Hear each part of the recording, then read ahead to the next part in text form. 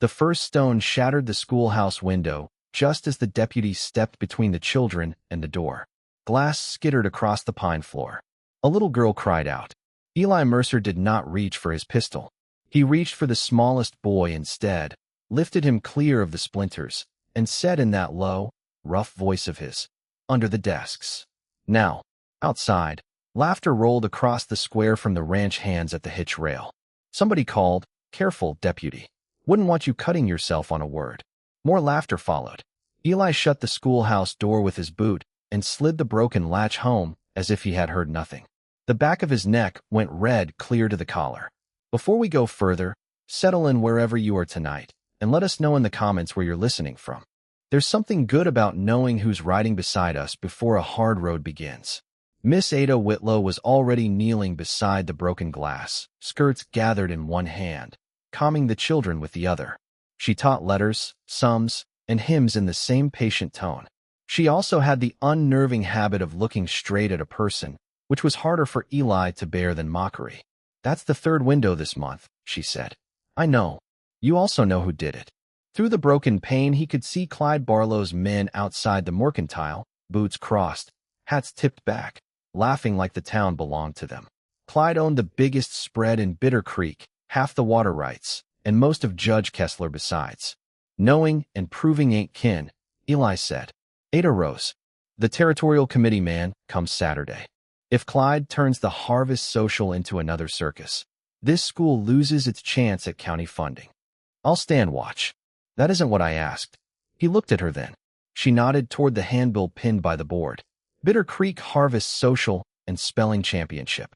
Winner to receive $50, a silver-bound dictionary, and public recognition from the Territorial Education Committee. "I asked you to enter." He stared at her as if she had told him to lasso the moon.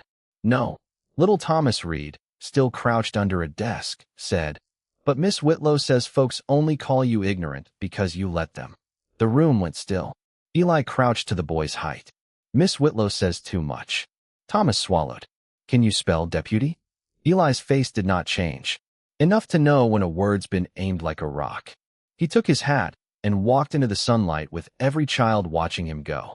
Across the square, Deke Hollis called, "How many letters in Deputy Mercer?" "Need to borrow fingers." Eli kept walking. Past the barber shop. Past the post office porch where old men went silent. Past the jail with its warped steps. He moved like a man used to pain he could not bandage. Sheriff Tom Grady sat in the office with his spectacles low on his nose and a telegraph in hand. He was gray at the temples, broad in the middle, and one of the few men in town who had never laughed when Eli spoke slowly. "Schoolhouse again?" Tom asked. Eli nodded. "Barlow's boys." Another nod. Tom sighed. "Judge says until I catch them in the act. All I've got is a temper and a badge." Eli reached for the incident ledger. Tom laid a hand on it. "Don't. I can mark it." "I know you can." Eli's jaw hardened. Tom studied him. "What else?" "Miss Whitlow wants me in the spelling bee." Tom barked a laugh, then stopped when he saw Eli meant it. "And what did you tell her?" "No." Might have been wiser to ask why. Eli turned for the door. "Boy." Tom's voice stopped him. "A person can live along while inside a story somebody meaner wrote about them. Doesn't make it true." Eli's hand stayed on the knob. Tom opened the top drawer of his desk and pulled out an old envelope. "Mail came for you months back. You never asked after it." Eli took it and went still. His mother's hand. "Miriam Mercer. Dead 12 winters now." "Why keep it?" he asked. "Because I reckon the day you were ready for it ought to belong to you, not to the man who taught you shame." Eli broke the seal. The letter was short. Years ago, his mother had sent his spelling exercises and essays to a church school in Abilene. He had won a place there. Tuition covered. Board covered. She wrote that words were also a kind of land, and hoped her son might someday stand on ground nobody could take from him. She never told him. She died before harvest. His father burned her books before the week was out. Eli read it twice. By the third time, he could not see the lines clearly. "I would have gone," he said. Tom answered softly, "I know." "No." Eli folded the paper with hands that were no longer steady. "You don't." "I would have gone." That was the moment his world split open. Not because a letter existed, but because for the first time in 20 years Eli allowed himself to see the shape of the life that had been stolen from him. Once a man sees the theft plain, He cannot go back to calling it small. By sundown, the whole town knew Deputy Mercer had entered the championship under the name Imoro. Nobody knew why he had asked Ada to write the name for him and keep quiet. But people were laughing. Cruelty travels faster than rain on dry land. By morning, Bitter Creek had found fresh ways to enjoy the thought of Eli Mercer stumbling over words in front of the whole county. Ada heard enough of it before noon. When Eli came to mend the schoolhouse latch that afternoon, Ada was hammering the new frame with enough force to split it. "You'll crack the wood," he said. "Then let it crack." He took the hammer gently from her hand. "You shouldn't spend anger on fools. Fools eat it and come asking for more. You speak from experience." "I do." She watched him set the nail clean with a single strike. Scarred knuckles, rope-thick fingers, hands no one in town would ever mistake for a scholar's. "Why did you enter?" "Because I'm tired." "Tired of what?" He gave the hammer back. "Tired of being the shape other people find convenient." That line stayed with her. He worked in silence a while, replacing glass, setting the room right. The school smelled of chalk dust, soap, and apples from the children's pails. Ada sorted copybooks by the stove and said at last, "You aren't illiterate." "No. You let them think you are." "Yes." She turned fully toward him. "Why?" He fitted the pane with steady hands. "A man who reads makes other men uneasy when they need him beneath them. That is the strangest thing I've ever heard. My father couldn't read a feed bill, but he knew enough to fear any son who might leave him. First time he caught me with a book, he beat me until I could not hold one." Ada's anger changed shape. "So you stopped?" "No. I got sneaky. Then my mother died, and sneaky felt too close to cowardly. After that it seemed simpler to let folks think what they liked. Men talk free around someone they count for dull. Helps in law work. And in life." He paused with the putty knife in hand. "In life it helps nobody ask what it cost." Ada set the copybooks aside. "If you mean to stand in front of Clyde Barlow and half this county, you'll need more than stubbornness. Sit down." So every evening after the children left, Eli took the back desk while Ada read words aloud in an even voice. He answered without flourish, plain and exact. When he missed one, she saw the old reflex in him, the boy expecting the blow after the mistake. On the third evening she said, "Surreptitious." He spelled it. "Conscience." He spelled that too. "Catastrophe." A flicker crossed his face. Then he gave it right. Ada laid down the primer. "Who is E. Morrow?" "My mother's people were Morrows." "Then why the disguise?" He looked out at the dusk. "If I win as Eli Mercer, they'll say it was a trick. That the sheriff helped. That somebody fed me the list. If I win as nobody, they'll show their whole face before they know whose hand they slapped. And if you lose, then they laugh. They already laugh." For the first time she saw a real smile touch his mouth. "That's the kindest thing you've said to me." She smiled back before she could stop herself. Clyde Barlow came the next day in a black vest and polished boots, all civility laid over rot. "Miss Whitlow," he said, removing his hat. "I hear our town entertainment has improved." "If you mean the spelling championship, yes." His eyes slid to Eli. "And Deputy Mercer means to attend under a false name. That seems poor sportsmanship for the law." Eli climbed down from the ladder he had been using to fix the curtain rod. "You accusing me of something, Barlow?" "Only ambition above station." Clyde smiled. "Some are born to letters, some to labor. Trouble starts when labor puts on other men's clothes." Ada's grip tightened on the broom. Clyde stepped closer to Eli. "Withdraw now, and I'll see the matter treated as a joke that went too far. Stand up tomorrow and fail in public, and it won't be only you they laugh at. It'll be the badge, the sheriff, the whole little school." Eli said nothing. Clyde looked pleased with that silence. At the threshold, Ada said, "Men certain of winning don't usually spend so much time threatening school teachers." His smile went thin. "Careful, widow. Pride is an expensive habit in poor women." When he left, Eli said, "You shouldn't bait a snake unless you're ready for the strike." "What would you have had me do?" He looked at her a long time. "Nothing. That's the trouble." That night she and Eli sat in the sheriff's office while Tom fetched out a ledger page he had stolen from the judge's wastebasket. "Found this where it wasn't meant to be found," he said. It was a list of properties marked for tax seizure after harvest. Widow parcels, small holdings, the school lot. Beside each were figures tying the auctions to Clyde Barlow's attorney. Ada went cold. "He means to take the school." Tom nodded. "And the land around it. Committee money raises the value." Easier to swallow after. Eli read faster. These amounts are false. They are. Can you prove it? Ada asked. Not by sunrise. Originals are locked. Clerk's nephew owes Barlow money. Folks who know won't speak. Eli folded the page carefully. So tomorrow ain't about a bee. No, Ada said. It's about whether this town keeps a school. Tom poured coffee black as coal. What would you have done in his place? Withdraw and stay safe? Or stand where he can break you in front of the whole county? Ada looked at Eli, at the man who had spent half his life pretending smaller than he was. If a town only gets brave when the cost is low, she said, then it was never brave at all. The storm had already started, though the sky outside held every star. By 10 next morning the church hall was packed. Children fidgeted in stiff collars.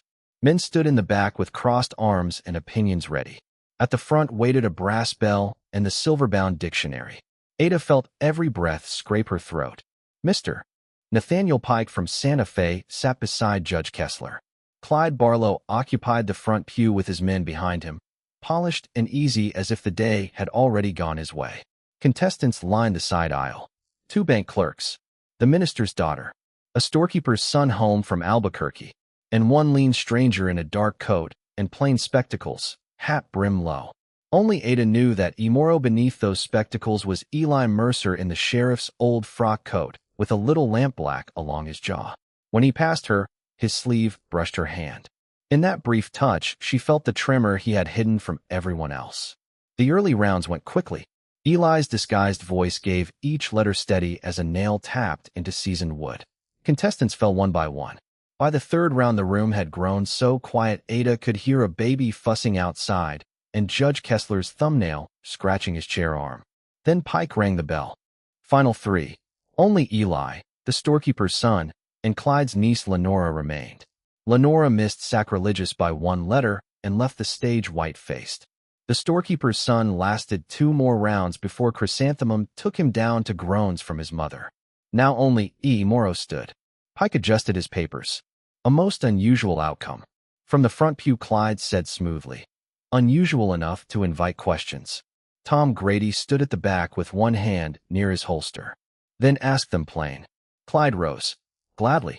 This man appears from nowhere, hides behind a false name, and expects us to believe he is a simple resident of Bitter Creek? I say the contest is tainted. Murmurs rolled. Judge Kessler lifted a hand, but did not tell Clyde to sit. Contestant, Pike said, remove your spectacles. Eli obeyed. A hush slammed through the hall. Mercer, someone whispered. Then voices took it up. The deputy. Good Lord. No. Clyde's surprise turned to delighted cruelty.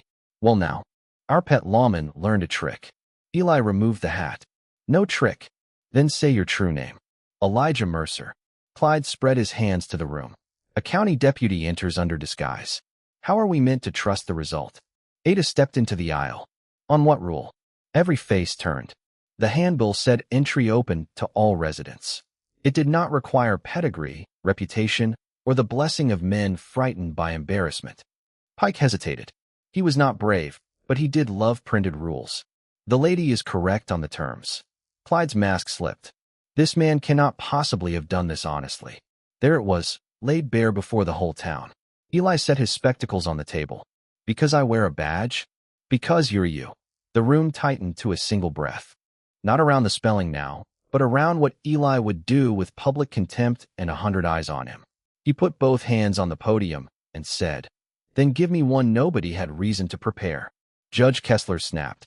This spectacle is over. Sheriff Grady eased his pistol clear an inch. Not aimed. Only visible. Sit down, Judge. Benches creaked. Women gasped. Clyde's men shifted. Then Thomas Reed's voice rang from the third row. Give him catastrophe. Laughter burst from the children, bright and fearless. Catastrophe, Pike said. Eli spelled it clean. Conscientious. Correct. Sesquipedalian. Correct again. Sweat glimmered at Clyde's temple. Pike lifted the silver dictionary, flipped to a random page, and chose a word from deep within it. Chiaroscuro. Ada's heart stumbled. She had never taught that word. Eli closed his eyes. One breath. Two. Then he answered in his own true voice, the one that belonged to the boy his mother had tried to save. Chiroscuro. Pike rang the bell. For one long second, nobody moved. Then the church exploded. Children shouted. Women clapped. Tom Grady laughed aloud. Ada pressed both hands over her mouth because she had forgotten how breathing worked. Clyde did not clap. He lunged for Judge Kessler's folio where it had slid half open in the commotion. Eli saw it first. He vaulted the rail. Everything after that happened fast. Clyde shoved Pike aside and snatched the folio. Papers spilled. One of Barlow's men drew. Eli hit Clyde square in the chest and drove him into the wall. The pistol fired. Plaster burst from the rafters. Eli hit the floor with Clyde underneath him, one hand clamped over the rancher's wrist. Deke Hollis rushed the stage. Tom met him halfway with the butt of his revolver. Judge Kessler tried for the side door and tripped over a bean crock. Ada dropped to her knees among the papers. Tax ledgers, seizure notices, mortgage transfers. On the top sheet, plain as daylight, sat Clyde Barlow's signature beside forged assessments and the judge's seal. "Sheriff," she shouted. "Here." Eli heard her even while Clyde fought like a trapped boar beneath him. Clyde slammed an elbow into Eli's ribs. Eli grunted, almost lost hold, then drove his forehead into Clyde's nose with a crack that stilled half the room. Tom kicked the fallen pistol away. Everybody with any sense, stand down. Most did. A few needed persuading.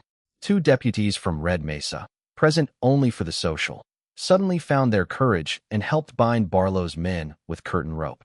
Clyde spat blood. "You think this changes anything? Folks like you don't stay risen."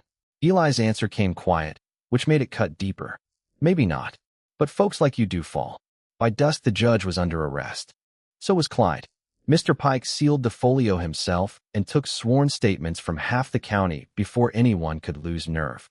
Once truth is spoken in a full room, it is harder to lock it away again.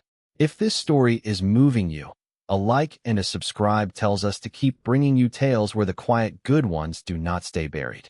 The church emptied slowly. Outside, sunset laid copper over the hitch rails. Somebody righted the bean crock.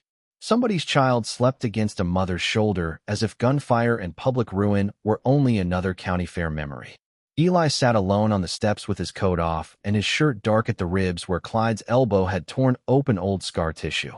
He had wrapped it badly with a handkerchief already more red than white. Ada came out carrying a water basin and a strip torn from a tablecloth. She sat beside him and said, "Move your hand." "I've had worse." "So have I. Move it anyway." He obeyed. She cleaned the blood in careful strokes. The evening smelled of dust, coffee, and the first edge of cold falling out of the hills. Eli flinched once when the wet cloth touched torn skin. "Sorry," she murmured. "You've got a stern way of showing it." "That is my gentle way." He huffed a laugh, and the sound did something soft and terrible inside her chest. For a while she worked in silence. Then she said, "Why never tell me? That I could read? That you could do much more than read?" He watched the last light catch the church bell rope. Because once people know what matters to you, they know where to put the knife. And yet you stood up there anyway. Some things start costing more to hide than to lose. She tied the bandage and sat back. "I never thought you cowardly, if that's what you fear. You should have." "No," her voice softened. "Cowardice is seeing what's right and stepping aside. You were surviving. There's a difference, no matter what hard men taught you." The words went into him slowly, like warmth returning to a frozen hand. She opened her ridicule and drew out the silver-bound dictionary. Inside the cover, Mr. Pike had written Elijah Mercer, champion of Bitter Creek County. "The book is yours," she said. Eli took it like something breakable. Then she handed him his mother's letter, now neatly folded, with a slim ribbon tucked beside it. "You ought not keep her words loose in your pocket." His throat worked once. "Miss Whitlow." "Ada." He stopped. In the fading light, she said the truest thing she had spoken in years. "I know something about building walls and calling them wisdom. It doesn't make the nights any warmer." So he told her. About his father. About the books burned in the yard. About speaking less and less because every correct answer in that house had once earned him pain. About joining the sheriff because Tom Grady was the first man to hand him a written report and wait for him to read it without shame. When he finished, Ada looked down the darkening street and said, almost to herself, "Strange how the things you bury to stay alive are usually the very things you need to live." He turned the dictionary in his lap. "My mother used to say words were a kind of land. She was right. I never owned much." Ada met his eyes. You own this one now. No speech followed. No grand reach. Just the stillness of two broken people sitting shoulder to shoulder while the last light held a little longer than seemed possible. When the livery bell drifted down the street, Eli said, "You asked once who E. Morrow was." She waited. "He was the man my mother thought I might become if the world gave me room." Eli looked at her steadily. "Today I figured I might stop waiting on the world." Ada's eyes stung. "That may be the finest proposal a schoolteacher has ever received without any mention of marriage." Color rose beneath the dust on his face. "I wasn't. I know." She smiled then, truly smiled. "But if you ever mean to, use fewer words. Yours weigh a great deal. If that exchange reached you, then you know why stories like this matter. Some wounds never got tended when they were fresh. Sometimes all we can do now is honor the tenderness when it finally arrives." Morning brought the last fight. Clyde demanded arraignment before transport, and Barlow's men claimed the evidence had been planted. Instead, Eli carried the sealed folio onto the courthouse steps and asked Mr. Pike for leave to read it aloud. Pike granted it. So Eli read, not haltingly, not in secret. He read every false levy, every forged assessment, every widow marked for ruin, every school debt padded to feed one rich man's hunger. He read until people who had spent years feeling confused by official language understood that confusion itself had been the weapon. When he finished, there was no room left for Clyde's story. Practical evil depends on fog. Eli had burned it off in public. Mrs. Pritchard stepped forward first and said she would testify about the altered mortgage on her late husband's farm.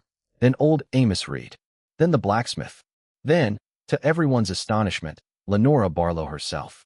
Pale and shaking, she handed Sheriff Grady a key she had taken from her uncle's desk. "There's another ledger in his office," she said.